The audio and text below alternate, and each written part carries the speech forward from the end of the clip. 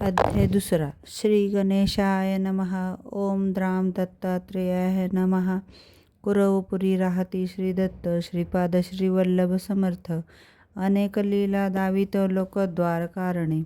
ऐसी काही वर्षे जात मग म्हणती भक्तांप्रत. आम्ही आता होऊ गुप्त येथून या अवधारा. होऊ येथून गुप्त जावो राहू कर्दळी वनात. काही काळ तप करीत राहू आम्ही तेथवरी. नंतर पुन्हा परत अवतार घेऊ महाराष्ट्रात. नृसिंह सरस्वती नामे प्रख्यात होऊ आम्ही अवधारा. ऐसे सांगोनी भक्तांप्रत कृष्णा नदीत होती गुप्त. श्रीशैल पर्वती प्रकटत महास्वामी अवधारा. काही काळ राहुनी तेथ कर्दळी वनी प्रवेशत. समाधी लावणी बैसत काही वर्षे तेथवरी. समाधी ते विसर्जोनी अवतार घेती श्रीपादमुनी. कारंजा ग्राम मनोनी महाराष्ट्रात अवधारा. तेथे अवतार घेत उपजता होम ओम म्हणू लागत. लोक आश्चर्यचकित म्हणती दिव्य बालक हे. न रडे न मागे काही बालक ओम म्हणत राही. सदा हास्य करीत राही ओम ऐसे मनोनिय. दिवस रात्र ओम म्हणत ओम ध्वनी गृही गुंजत. ओम प्रकटला म्हणत लोक विस्मये ते धवा. ऐसी जाती वर्षे 7 बालक ओम राहे म्हणत. परी न काही बोलत चिंतित होती सर्वही.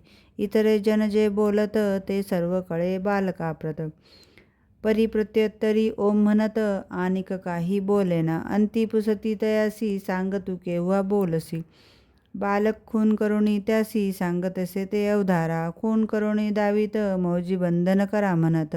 उपनयन होता त्वरित बोलेना आपण म्हणतसे. ऐसे ऐकोनी माता पिता मौजी बंधन तत्वता. करो म्हणती निश्चिता तयारी करो लागले. सुमुहूर्त पाहुनी उपनयन केले पहा मौजी बंधन. बालक वेद मंत्र म्हणून निज मौना ते सोडितसे. सर्व आश्चर्य वाटत बालक पहा वर्षे 7. वेद मंत्र म्हणू लागत अवतार म्हणती दत्ताचा. तव नृसिंह सरस्वती म्हणती सर्व लोकांप्रती. आम्ही संन्यासी असो यती गृहीन राहू निश्चय. ऐसे सांगूनी सर्वांप्रत निघाले स्वामी हिमालयात. तेथे तपाचरित लोकद्वार कारणे. तेथून या पुन्हा परत तीर्थयात्रा करीत करीत औदुंबर स्थान जेत तेथे येऊनी राहिले. भिलवडी ग्रामासमीपत औदुंबर स्थान प्रख्यात. आज जाहले असत दत्तस्थान मनोनीय. 4 मास राहती तेथ शक्ती ठेविती अमुप.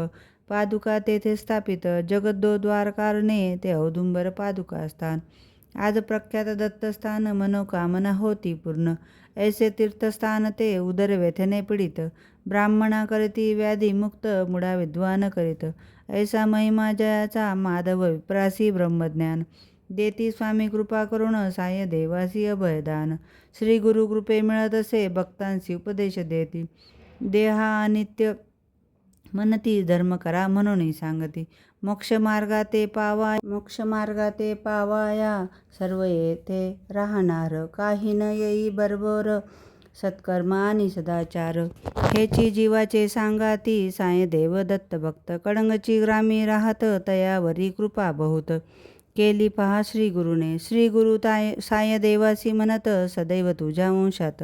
दत्त भक्ती राहे नांदत प्रिय भक्त आमुचा तू. साय देवदा महाभक्त तयासी सांगी स्वामी सांगत. आम्ही तुमचे गावा समीपत भविष्यकाळी वास करू.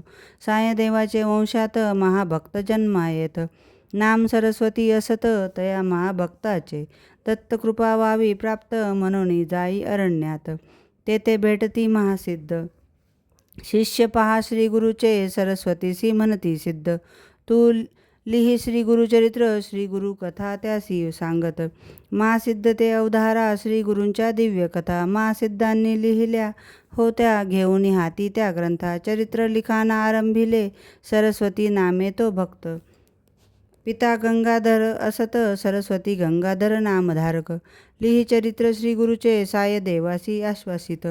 तव ग्रामासमीपत गाणगापुरी राहू म्हणत. भविष्यकाळा माझारी साय देवाशी आश्वासून. श्री गुरु करीती प्रयाण औदुंबर स्थानी येऊन. कृष्णा किनारी राहिले तया औदुंबर स्थानात. 4 मास राहती श्री दत्त तेथून पुढे निघत. लोकद्वार करावया तेथुनी पुढे निघती. नृसिंहवाडी स्थानी जाती 12 वर्षे ते राहती. तप करती ते देखा. श्री गुरुचरित्र संक्षिप्त दत्तलीला येथे पाहत श्री नृसिंह सरस्वती स्वामी समर्थ औदुंबरी राहिले. अध्याय 2 ओवी संख्या 40.